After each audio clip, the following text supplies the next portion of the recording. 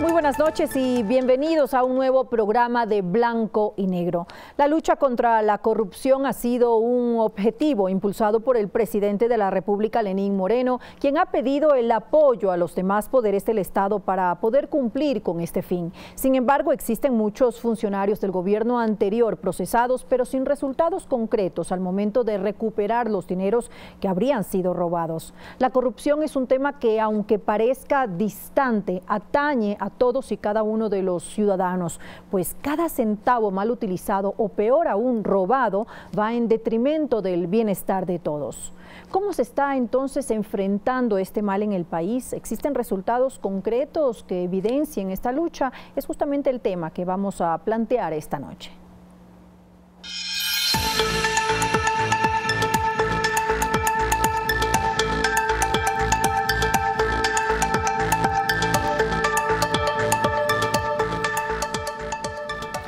Uno de los presuntos casos de corrupción que más ha sonado en el país es el relacionado al ex vicepresidente Jorge Glass junto a la empresa brasileña Odebrecht. Hace pocos días la ex esposa del empresario Tomislav Topic pidió que se lo vincule a la investigación por el presunto delito de lavado de activos y además solicitó prisión preventiva para su expareja y Jan Topic, hijo del mismo y de la compañía Telconet.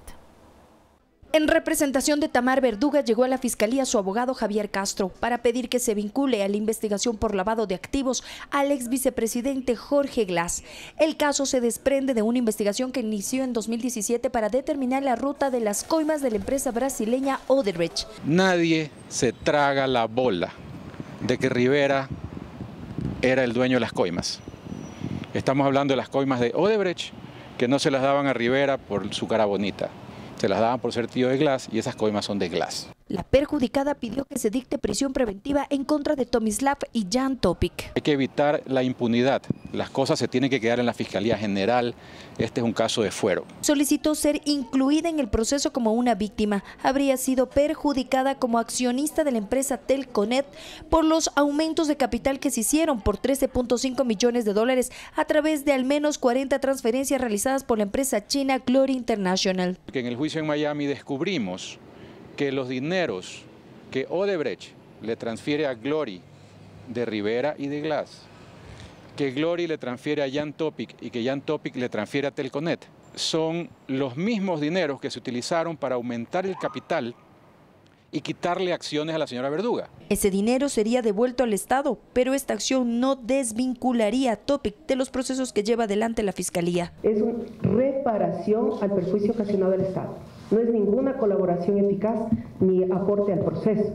Según Castro, los 13.5 millones con los que se aumentó el capital de la empresa Telconet no sería el monto total que transfirió la empresa Odebrecht. Lo que lavaron fueron 16.1 millones. 13 millones y medio se utilizaron para aumentar el capital.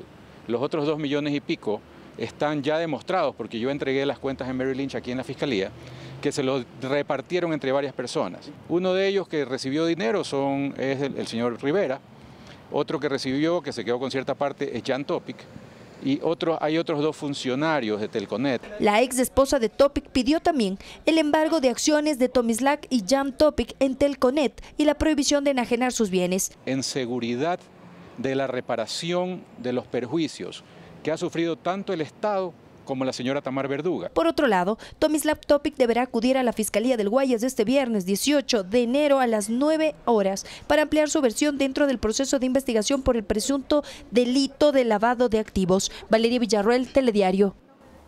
Y la Asamblea Nacional también se ha visto empañada por denuncias de cobros indebidos de los llamados diezmos. El personal que labora en el despacho de la asambleísta de Creo, Ana Galarza, rindió su versión en la comisión multipartidista. La comisión este lunes escuchó a quienes son parte del equipo de la legisladora Ana Galarza. Carmen Alvarado, quien ocupa el cargo de asesora 2, dijo no haber hecho depósitos a favor de Galarza o su esposo, Francisco Sevilla. Jamás le he dado a la asambleísta ni un centavo ni le he depositado en sus cuentas, jamás. Alvarado se ratifica en la versión de que trabaja en Ambato, pero que la tarjeta magnética asignada a ella la deja en Quito. Cuando ella me lo pida, yo estoy aquí. Sobre este detalle, Francisco Sevilla, esposo de Galarza, aceptó ser quien utiliza la credencial de Alvarado para ingresar al Palacio Legislativo. Tal vez se cometió un error en utilizar la tarjeta de Carmen, que es la asesora de un territorio que no está aquí en Quito permanentemente, para poder entrar a la Asamblea Nacional. Dijo además que no tiene una cuenta bancaria a su nombre, por lo que desestimó las versiones de que recibía parte del sueldo de la señora Alvarado. Yo en el año 2016 quebré y desde ahí mis cuentas bancarias están inactivas. Omar Mayorga, asesor 1 del despacho, desmintió las denuncias de Lenin Rodríguez de que era quien recibía supuestos aportes para cubrir gastos de campaña. El señor Lenin Rodríguez señala que me ha entregado varios pagos en efectivo, a lo cual debo decir que es mentira.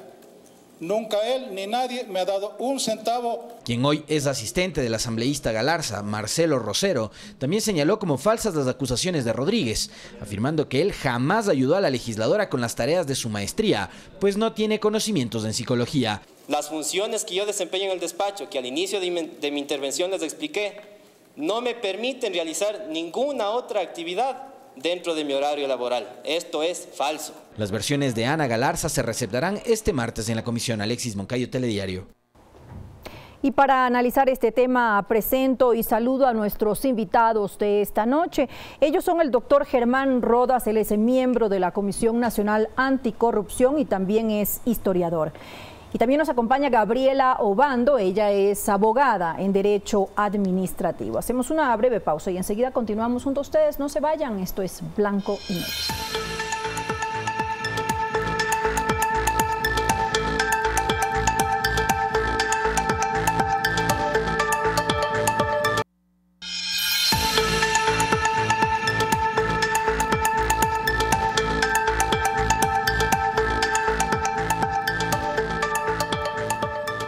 Gracias por acompañarnos, esto es Blanco y Negro. Doctor Rodas, ¿se conoce el impacto económico que tiene la corrupción en nuestro país? ¿Tiene datos la Comisión Nacional Anticorrupción sobre esto? Buenas noches, gracias a usted, a la doctora Obando que nos acompaña. Nosotros hemos hecho un ponderado que fue publicado en un libro de la Comisión de alrededor de 38 mil millones de dólares, que serían recursos que han sido asaltados al país. En todo caso, puede ser algo más, yo creo que menos no. Y no hace sino demostrarnos esa cifra que se llevaron cantidades enormes que hoy estarían solucionando la crisis, por ejemplo, del IES, la crisis del presupuesto nacional del Estado desfinanciada en 7, 8 mil millones de dólares. Creo que es importante que la ciudadanía y la comunidad tenga plena conciencia de esto, porque ciertamente ha sido uno de los atracos fundamentales en la historia del país. ¿Y cuánto dinero ha sido localizado? En cuanto a su retorno, solamente tenemos los 13.5 millones de dólares del empresario Tomislav Topic. Claro, es que no se han hecho algunas cosas que debieron haberse hecho.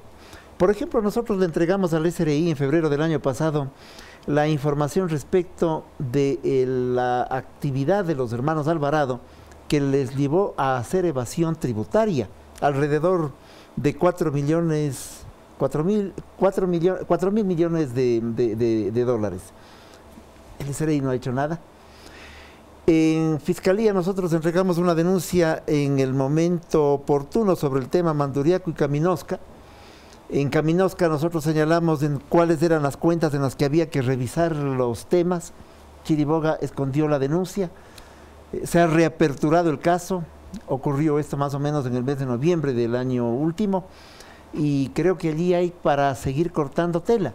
Pero el problema es que no hay una acción conjunta, organizada, que permita actuar, porque, por ejemplo, en el caso de Fiscalía ha estado un cargo más o menos vacante, y lo dejó más vacante Pérez Reina cuando se le ocurrió renunciar y desaparecer del país porque tenía algún otro empleo que le daba menos problemas. O tal vez debido a presiones, eso pueden no ser lo presiones, sabemos. Lo cual es más grave todavía. ¿Para qué aceptó el cargo? ¿Y para qué se comprometió con la Comisión Anticorrupción? Para tener un trabajo que era aparentemente organizado en función de buscar recursos que están perdidos. De tal manera que a mí me parece que hay vacíos fundamentales, y no solamente es con el tema de los recursos. La Asamblea Nacional, que no ha sido capaz, por ejemplo, de legislar sobre el pronunciamiento del pueblo ecuatoriano en febrero del 2018. ¿Cuál me va a decir usted? El tema de la muerte civil de los ciudadanos.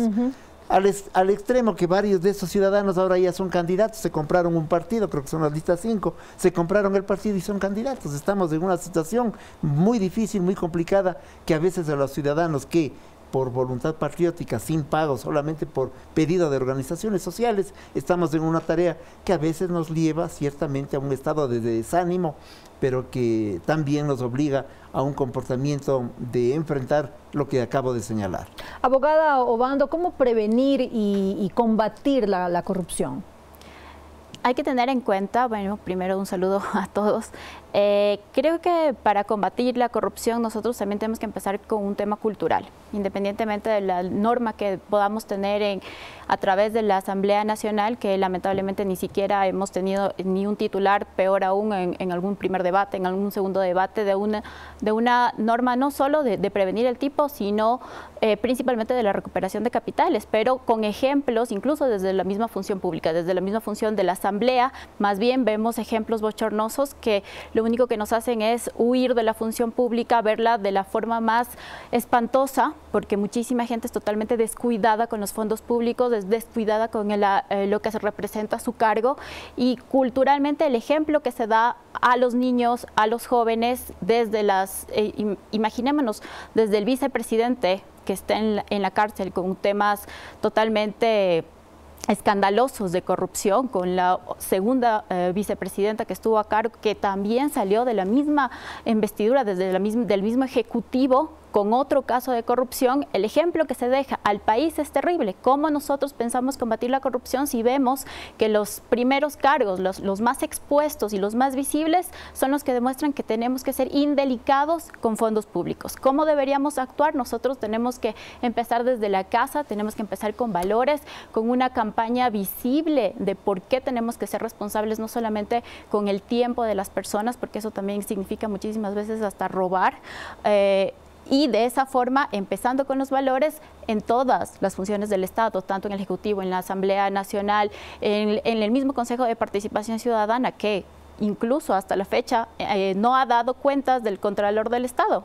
Hasta el día de hoy estamos esperando una evaluación al respecto y la evade maravillosamente, por ejemplo, con un Tribunal de Cuentas. Pero usted puede considerar que hay una verdadera acción al momento por parte del Estado para combatir la corrupción de forma coordinada. Yo diría que no. ¿O se quedó en discurso? Lamentablemente es una deuda que tiene el país en cuanto a la famosa cirugía mayor de la corrupción, pues incluso con la misma consulta popular yo creo que fue simplemente un momento coyuntural para demostrar respaldo y para sostener políticamente el gobierno, pero que fácticamente no se ha desarrollado ni un proyecto de ley que trabaje para combatir eficientemente la corrupción, peor aún para que dentro de las propias instituciones se haga algo para combatirla. Estamos viendo, como lo había mencionado anteriormente, que él mismo, desde el primer vicepresidente, la siguiente vicepresidenta, nos han dado casos de corrupción. La misma Asamblea nos plantea los mismos casos de corrupción. Judicialmente parecería más bien que se está blindando. Tenemos únicamente una persona presa y su tío, pero no tenemos a más personas respondiendo por esto. Recién se respondió algo para el procurador del Estado, que era una deuda que también se la tenía por muchísimo tiempo, pero vemos que más bien se les da todas las garantías del caso para que salgan del país y no tengan que estar aquí de cara a un proceso judicial respondiendo por las responsabilidades penales que incurrieron en casos, por ejemplo, de peculado, que es el más relacionado directamente con la corrupción. Sin embargo, la OEA, doctor Rodas, reconoció ahora hace poco, el 13 de diciembre, los esfuerzos de Ecuador para combatir, para luchar contra la corrupción. ¿No tiene esto un peso? Sí, yo creo que ha habido un interés de determinados sectores, de determinadas funciones del Estado. Creo que la propia Contraloría ha hecho algunas acciones importantes precisamente para ir desenmascarando las cosas. Yo coincido que es un problema cultural, ciertamente, es un problema también de la condición humana. La gente se prepara a veces para tener 10 casas, 5 propiedades, piscinas, pero no se prepara para llevar una vida transparente, ética, con un nivel adecuado y civilizado, diríamos.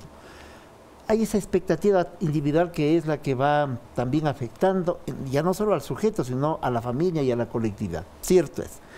Pero también es cierto que la última década fue una acción conjunta de los diversos instrumentos del Estado para el asalto.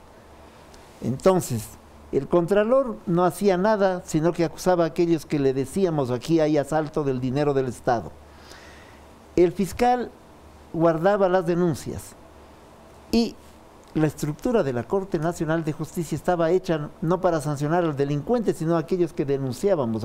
Acuérdense en el caso Manduriaco, los miembros de la Comisión Nacional Anticorrupción fuimos sentenciados a 1 año de prisión por demostrar que el caso Manduriaco, entre otros, y Caminosca, entre otros, habían sido casos de acción de delincuencia organizada. Estos son elementos que nos prueban lo que hemos venido señalando en el último periodo. Y la actitud incompetente y servil, por ejemplo, que hubo en la Asamblea Nacional, la Comisión de Fiscalización, dirigida, yo recuerdo entonces, por una señora Salgado, y otras personas más, le pusieron alfombra roja al vicepresidente para recibirle en el Congreso para que entregara un informe. Es decir, no se trabajó. Así nació la Comisión Nacional Anticorrupción, los sectores sociales exigiéndonos y pidiéndonos que afrontemos desde la actitud cívica a la delincuencia organizada. Lo dicho por la gente de la OEA, lo dicho por la gente de las Naciones Unidas es importante, pero lo que conviene saber es lo que opina nuestro pueblo. Y nuestro pueblo opina que es indispensable encontrar esos recursos, y esos recursos deben ser encontrados a la brevedad. Hay pistas, hay acciones que se deben tomar, pero una de ellas será posible desarrollarlas cuando, por ejemplo, se haga la evaluación que ya hay que hacer a la función judicial. No se la hizo. Allí hay todavía una estructura del periodo anterior que formó parte de la delincuencia organizada. De tal manera que hay temas que son importantes, pero conviene decir a la población que solamente la voluntad política y patriótica de la ciudadanía es una voluntad política. Para desenmascarar las cosas deben hacérselo de manera inmediata, y como dice la doctora Obando, no es un problema de tener al ex vicepresidente presos. De ese juicio del tema de Brecht se desprendieron otras responsabilidades que no han sido afectadas o atacadas porque no hemos tenido fiscalía, por ejemplo. Pero ¿cómo fortalecer, por ejemplo, las instituciones de control, tomando en cuenta, doy un ejemplo, la Contraloría, lo que estaba comentando hace un momentito la abogada Obando, se podría convertir en un tribunal de cuentas? Hay quienes opinan que esto sería negativo, pero hay quienes defienden esta posibilidad, porque obviamente el que tenga 7 miembros no va a estar a cargo solamente de una persona la responsabilidad. El que tenga 7 miembros pues va a hacer que se vuelva un poco más complicado que hayan actos de corrupción.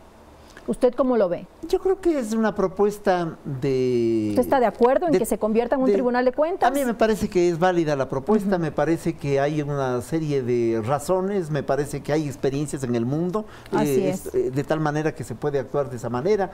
No sé si es que el estudio que van a hacer, que se ha encargado que hagan algunas personas, va a ser llevado a consulta popular, pero el tema está más allá de eso.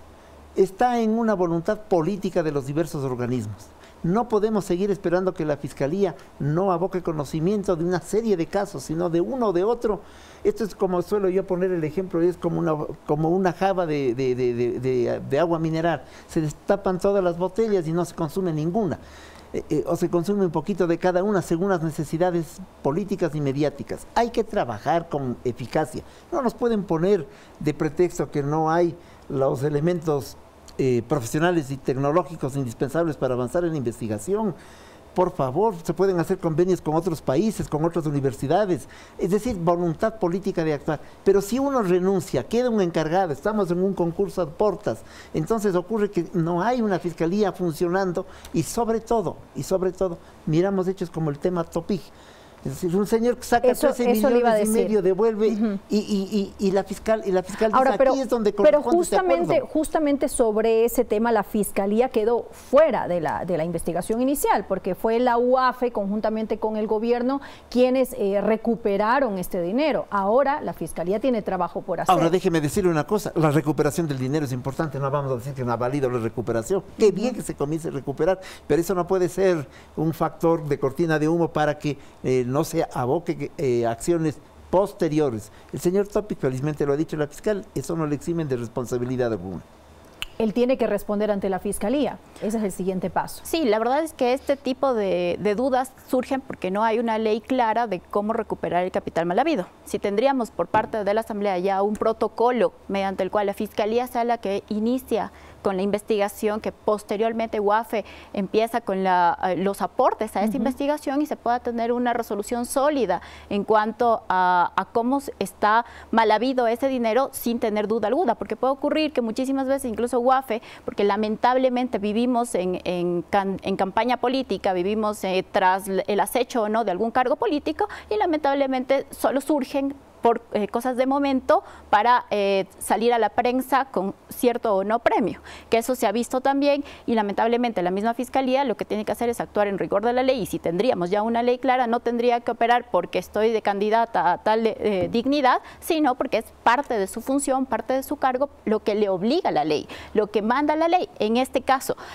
si nosotros tendríamos, me parece un despropósito que la UAFE no maneje acciones coordinadas con Fiscalía, porque lo que tendría que hacer es todo el aparataje estatal coordinadamente ir hacia el objetivo que es recuperar el dinero mal habido. Pero ahora, como la misma fiscal y la representante de la UAFE están versus el cargo de la fiscal general, pues aparecen estas pugnas, aparece esta descoordinación y el único perjudicado es el pueblo ecuatoriano. Que no debería funcionar de esta forma, que no debería funcionar coordinadamente. Por supuesto, y esa es la idea, pero lamentablemente estas autoridades de facto, estas autoridades que no se han denominado correctamente, el mismo contralor, porque recordemos que era el contralor de los 10 años de Carlos Polit, sabía perfectamente qué es lo que estaba pasando y qué no se hizo. Ahora, que le convenga estar de otro bando político, incluso ni siquiera sus ERPs han sido debidamente sustentados y se los han caído en juicio, esos deberían estar bien llevados por parte de una entidad seria. Yo sí discrepo en cuanto al Tribunal de Cuentas, porque lo primero que se debería hacer en cuanto a la institución de la Contraloría es precisamente la evaluación para la cual este Consejo de Participación Transitorio fue elegido. Pero hasta la fecha lo único que se ha hecho es una movida política totalmente hábil para evitar esa rendición de cuentas. ¿Qué tan necesaria se hace ahora la ley anticorrupción, que por cierto ya cerró su primer debate? Es que yo no creo que ha habido ni ley ni propuesta de ley. Ha habido una serie de acciones porque la farándula político-electoral requiere de esas acciones. Entonces hay un grupo de gentes que han luchado contra la corrupción, pero que ahora son candidatos a concejales, por decir alguna cosa con respecto a los concejales. Y entonces el discurso ya no es mejorar las calles, sino yo combato a la corrupción. Forma parte de una especie de una cultura mediática de las gentes. Es un show mediático. En la Asamblea Nacional, la ley de la lucha contra la corrupción presentada inicialmente por la presidenta de la Asamblea, forma parte de esto, de decir yo también peleo para enfrentar a la corrupción. Repito, no se ha legislado para lo que significó la votación del pueblo ecuatoriano respecto de la muerte civil. Leyes adicionales y anexas no se han trabajado. Creo que lo que conviene es construir de manera organizada en lo posterior, entre los diversos sectores que están involucrados en este tema, alguna propuesta de esta naturaleza con objetivos de largo plazo, de tal manera que podamos enfrentar la corruptela de la manera que hay que hacer. Pero por leyes también no nos pueden a lo mejor faltar, y por voluntad para hacer leyes, si bien es importante. Creo que allí es necesario encontrar que las paralelas de la lucha contra la corrupción, a pesar de ser paralelas, se encuentren y se entrecrucen en un momento dado con objetivos comunes. Ahora, tener un marco legal es justamente la base para poder luchar contra la corrupción. Desde luego. Y por eso se hace tan necesario. Pero allá voy como elemento adicional. El tema del ejemplo que se vuelve fundamental no ha habido. Lo dijo la doctora.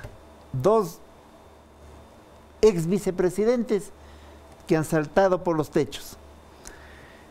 Un gobierno que no tiene el anterior, un presidente deambulando en Europa y un montón de gente escondida, y unos pocos con órdenes de prisión y lo demás.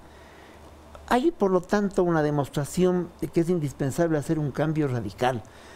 Y un grupo de gente que sigue participando todavía solapadamente, cercano al gobierno, al gobierno actual, que ciertamente debería ser removido, porque no puede quedar rémora de lo que ocurrió anteriormente. Es decir, se necesitan hacer tajos fundamentales con la historia anterior. Y aquello va a formar parte de la lucha contra la corrupción desde la perspectiva de eso que se llamó la cirugía mayor. Pero esa cirugía mayor va necesariamente a buscar nuevas fórmulas y nuevas actividades, y entonces vamos a tener que esperar que se elija, por ejemplo, la judicatura de manera definitiva y que allí se evalúen los jueces. No puede ser que sigan siendo jueces de acción permanente aquellos que taparon la investigación del periodo anterior. El tema de la justicia es fundamental. Ojalá cuando se termine con el tema de la fiscalía ocurra lo propio. Pero sobre todo una voluntad ciudadana permanente, no para hacer campaña ni para hacer lo que yo llamo la farándula político-electoral, sino como un factor de principio permanente de ética en la vida de los ciudadanos para impedir que existan delincuentes en el ejercicio de un cargo determinado y sobre todo para sancionarlos. Y no sancionar a uno o a dos, sino sancionar a aquellos que merecen ser sancionados y con prontitud. Y con sanciones ejemplificadoras. Así es, y la otra parte es recaudar los recursos. Ese es un tema que no puede dejarse. Hay actividades profesionales, hay núcleos que trabajan en aquello vinculados a las Naciones Unidas o a bufetes internacionales con la finalidad de dar este seguimiento.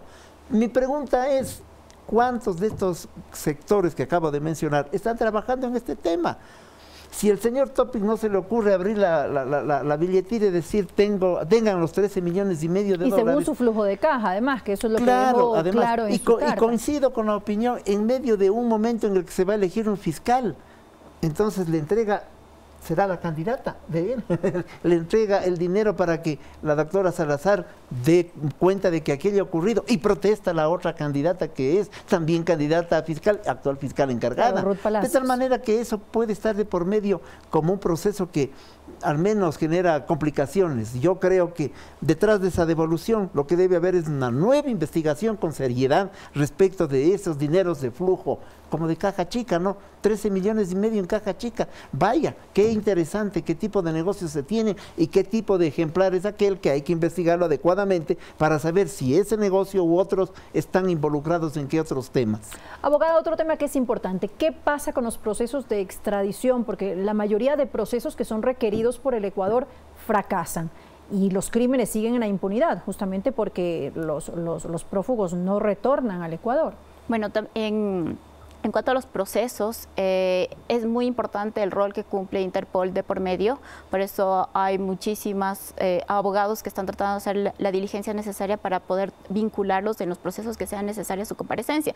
Sin embargo, hay algunos procesos en los que hay que señalar que por la coyuntura política les han dado vía, pero que no tendrían, al mi criterio jurídico, el mismo caso de Balda, no tiene asidero jurídico porque fue un secuestro que no fue en el Ecuador. Fue en Colombia y fue tratado en Colombia. Y cuando hablamos, y la declaración que forma parte son declaraciones en base a declaraciones de policías que incluso que fueron hasta contradictorias en su momento. Entonces tampoco debería ser un caso mucho más sólido como para que pueda tener la repercusión en Interpol, que pueda tener obviamente incluso la misma función judicial, la misma fiscalía, aquella fuerza para traer a los exmandatarios, por ejemplo, en este mismo caso del ex vicepresidente, para que pueda rendir cuentas a la justicia. Si no tenemos un caso en realidad sólido y sobre todo el apoyo incluso internacional para una cooperación incluso entre Interpol, no vamos a tener la necesidad de que ese expresidente o aquel funcionario venga acá. Por eso es tan importante que la misma Fiscalía establezca procesos sólidos con verdaderos indicios penales para que no terminen en procesos fallidos en los que la misma Fiscalía lo que tenga que hacer es pedir disculpas por no hacer el trabajo que debería hacer. ¿Y no será que sufrimos también de una falta de conocimiento especializado de jueces con respecto a procesos de extradición o no tenemos el marco legal adecuado? Yo creería que más allá, tenemos otra vez un mal ejemplo en cuanto a cómo el mismo poder interfiere en la justicia. Lamentablemente los jueces independientes se transformaron en jueces de telefonazos y estos jueces de telefonazos vinieron actuando durante muchísimos años en la función judicial y lamentablemente hoy en día, incluso cuando sepan qué es lo que tienen que hacer, van a necesitar consultar con alguien por temor a perder su cargo o temor por la represalia que podría incurrir si llega a hacerlo. Entonces, más allá del desconocimiento, creo que es un tema de independencia y de institucionalidad. Ahora, una solución ante la corrupción que se agrava en nuestro país podría ser instaurar la Comisión Internacional contra la Corrupción en el Ecuador, es decir, la CICIG, como está instaurada en Guatemala, y ya vemos lo que ha ocurrido en Guatemala. ¿No podría ser eso una alternativa para nuestro país? La Comisión Nacional Anticorrupción, a través de su coordinador, el economista Rodríguez, le planteó al presidente de la República el hecho de que esta comisión de ecuatorianos tenga el respaldo suficiente para poder cumplir esta investigación de mejor manera, sin que le cueste al país, y que evidentemente podríamos coordinar con las Naciones Unidas para constituir una especie de una comisión mixta, porque creemos que aquello de que comiencen de cero no es cierto. Nosotros hemos avanzado en 19 denuncias, por ejemplo, y no se han agilitado, que es otra cosa por las causas que he señalado. Nos parece importante entonces que se podría buscar un mecanismo intermedio, porque tampoco se trata de creer que venga alguien de afuera y organice todo y entonces todo va a quedar expedito y se van a encontrar los recursos. Ahora, en Guatemala resultó de alguna manera. Claro, y ha sentado un precedente. Pero la historia de Guatemala es otra. Allí no había una comisión anticorrupción, allí no había investigación de nada, allí asaltaba a todo el mundo y entonces había que poner orden desde afuera. Pero aquí la situación es distinta. Yo creo que la historia de los pueblos se construye siempre de acuerdo a su propia realidad, ¿no? No puede haber ni calco ni copia, sino creación heroica en este caso. De todas formas, ni lo uno ni lo otro, yo sigo viendo que las cosas van así de perdidas. Nosotros seguimos con la voluntad de avanzar en este tema. Este no es un problema de protagonismo, no somos candidatos a nada, no nos interesa este tema. Respondemos a nuestros mandantes, las centrales sindicales, la UNE, los gremios profesionales, la CONAI, etcétera, entre otros sectores. Ganamos una legitimidad con nuestra lucha. Ese es un trabajo cívico. Pues bien, hay una voluntad de avanzar. Ojalá podamos llegar a un punto de abordaje de los problemas, la forma que acabo de señalar, pero la prontitud es lo importante, porque si seguimos discutiendo, ahora, ¿quién va a investigar? ¿Quién va a avanzar en esto? Ese es un problema. Y que se lo haga de una forma coordinada, que es lo que estábamos hablando hace un momento. Pero el tema de la coordinación corresponde al Estado. Yo quiero decirle que una cosa es la investigación de los recursos y de las acciones de control desde el Estado y otra cosa es la acción de control desde la ciudadanía. Nosotros respondemos al tema de la ciudadanía sin querer asumir el compromiso de que somos los únicos. No, la ciudadanía tiene posibilidades de organizarse, pero en el Estado es evidente, tienen que haber coordinaciones elementales. Desde luego que sí, nosotros lo que respondemos es por una acción desde la ciudadanía que la hemos levantado durante mucho tiempo ya. Nosotros aparecimos en el 2015 cuando teníamos el régimen anterior en pleno ejercicio del poder, cuando le teníamos que enfrentar a ese régimen. Ahora como que las cosas son mucho más fáciles. Yo creo que la ciudadanía también ha encontrado mecanismos diversos para esta confrontación, se han ido sumando a nuestra labor.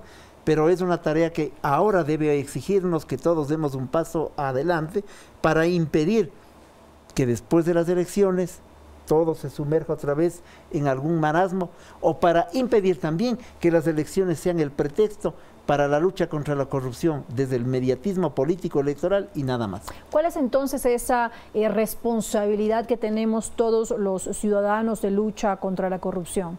Ahora que ya nos acercamos a las elecciones seccionales. Yo creo que deberíamos exigir muchísimo más a los candidatos, porque me parece la verdad bastante penoso que el triunfo de campaña o la mejor propuesta sea no robaré.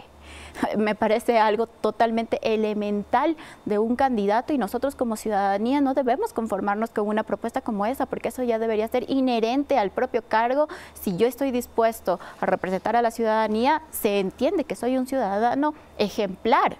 ¿Cómo es que me puedo reducir a una propuesta como esta? Y es precisamente el error que tuvimos en las mismas elecciones pasadas. Obviamente se centró en esta cirugía mayor de corrupción y lo único que estamos pidiendo es cuentas sobre aquello, cuando en realidad deberíamos estar también pidiendo respuestas a sectores que están necesitados en cuanto a gestión. No necesariamente la lucha contra la corrupción es una labor, como habíamos dicho, propia del gobierno, sino también de los ciudadanos desde el proceso electoral. Formar parte con estos valores, con ejemplos, con una campaña incluso que me parece fantástico, que la misma ciudadanía sea la que exija cuentas claras y que nosotros podamos motivar desde la casa, desde la escuela, desde todas las entidades del gobierno, un ejemplo para combatir la corrupción, desde hacer fila y no colarnos en una fila, desde que no presentar deberes copiados en una entidad educativa, para que nosotros también seamos desde la formación de los ciudadanos quienes veamos rechacemos esas actuaciones de corrupción. Y es muy cierto que en toda esta coyuntura de campaña pues es cuando aparecen las famosas luchas en cuanto ahora sí recuperemos el dictar mal habido, y no es tampoco una respuesta que tiene que surgir desde el Ejecutivo, porque el Ejecutivo tiene podrá emitir un decreto ejecutivo para su aparataje de ministerios. Pero recordemos que hay 5 poderes que son, entre comillas, totalmente independientes, y que ahí sí se necesita una ley para que nosotros podamos articular, responder de una forma ordenada y eficiente, y como había muy bien mencionado, de una forma totalmente rápida para la ciudadanía, porque económicamente tampoco es sostenible que después de haber perdido tanto dinero, hoy en día las obras se respondan sin ese dinero. Entonces tiene que ser coordinado, debemos tener una ley, tiene que surgir también desde casa, y tenemos que dar ejemplo desde la ciudadanía y sobre todo exigir a los mandatarios que también sean delicados con los fondos públicos, y ahí sí podemos evidenciar una actitud coordinada, tanto en ciudadanía como con el aparataje institucional. Ahora, el sector empresarial, que es también un sector importantísimo de la sociedad, ¿de qué forma puede participar en esta lucha contra la corrupción? Porque corrupción no es solamente recibir, corrupción también es ofrecer, dar. Entonces, usted acaba de decir algo muy importante. Esa es la corrupción que yo llamaría tangible, la de lo que se mira y de lo que se percibe, dar y recibir.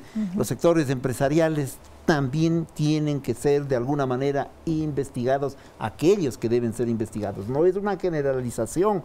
Hay sectores empresariales de enorme valor en el país, pero también hay unos cuantos pícaros, eso es la verdad. Pues entonces también hay que exigir un comportamiento adecuado en el Estado y un comportamiento adecuado en la actividad privada. Pero en el mundo de lo intangible también.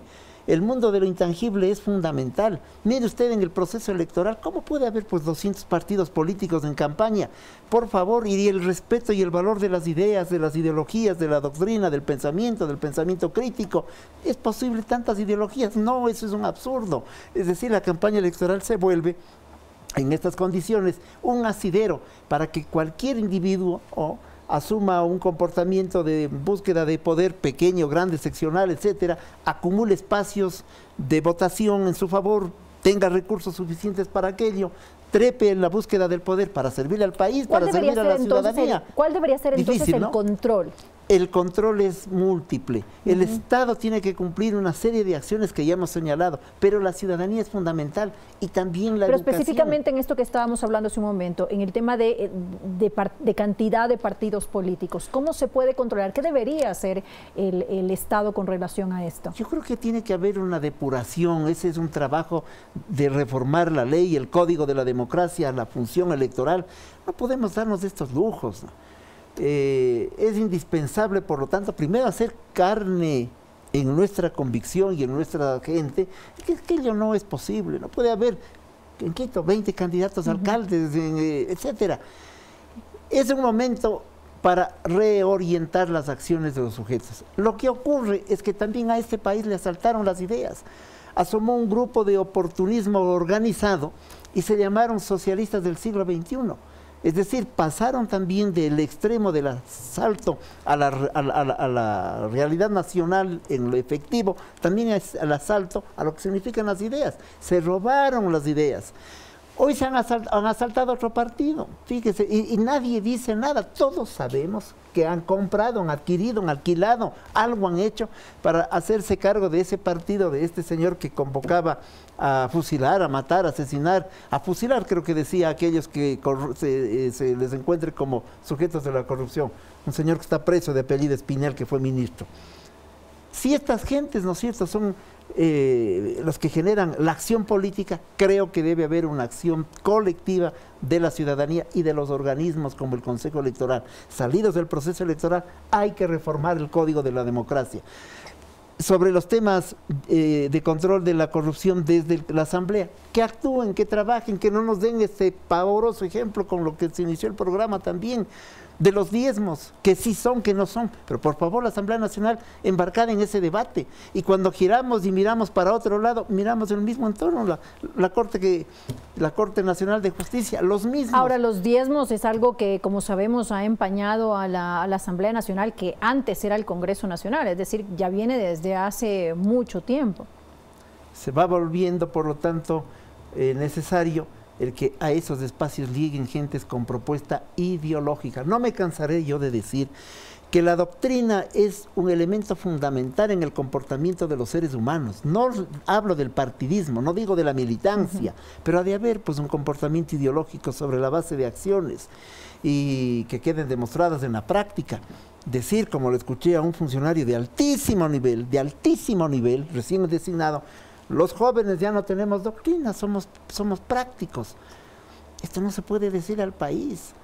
Al país hay que llevarle al debate doctrinario, precisamente, al debate, no a la anulación de las doctrinas, y menos a la perversa convicción de que las doctrinas fueron de tiempos pasados. Las doctrinas tienen valor permanentemente en la vida de los sujetos, en la vida del género humano. Me quedo con eso. Hacemos una breve pausa y enseguida continuamos junto a ustedes. No se vayan, esto es Blanco y Negro.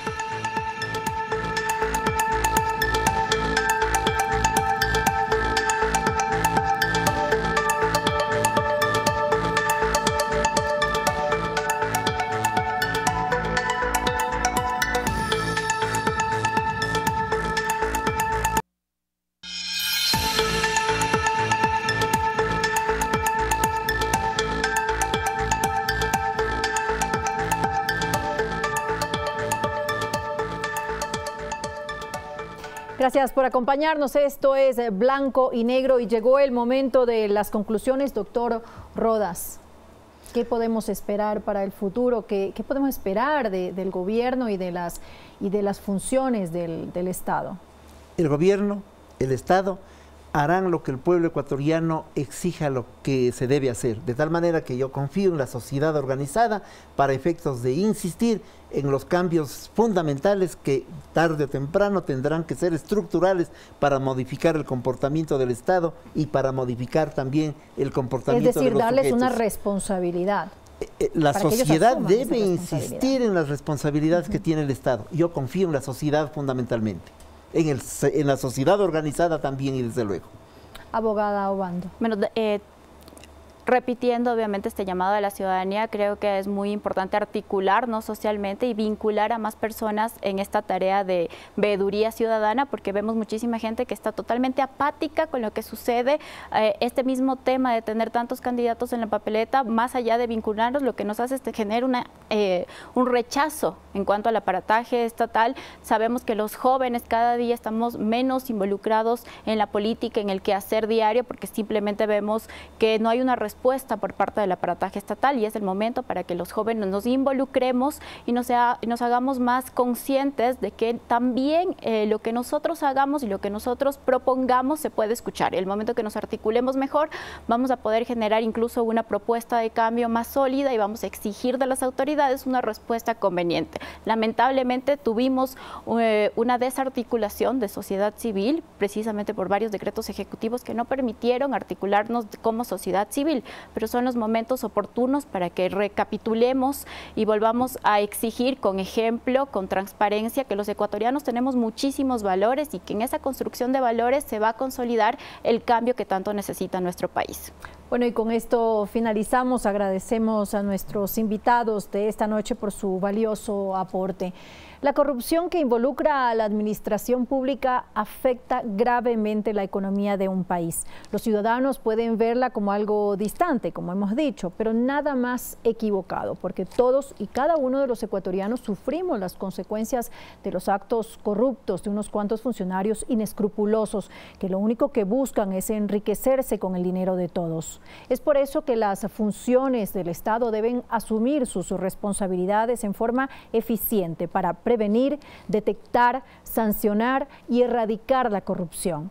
Debemos contar con una asamblea que establezca un marco legal adecuado, que sea la base de la lucha contra la corrupción, una fiscalía que investigue con diligencia, una función judicial que sancione conforme a la ley, una contraloría que audite y señale a los responsables, instituciones sólidas, con personas, probas que las integren. Esperemos que esto sea una realidad algún día en nuestro país. Con esto finalizamos. Gracias por acompañarnos. Los esperamos la próxima semana en Blanco y Negro.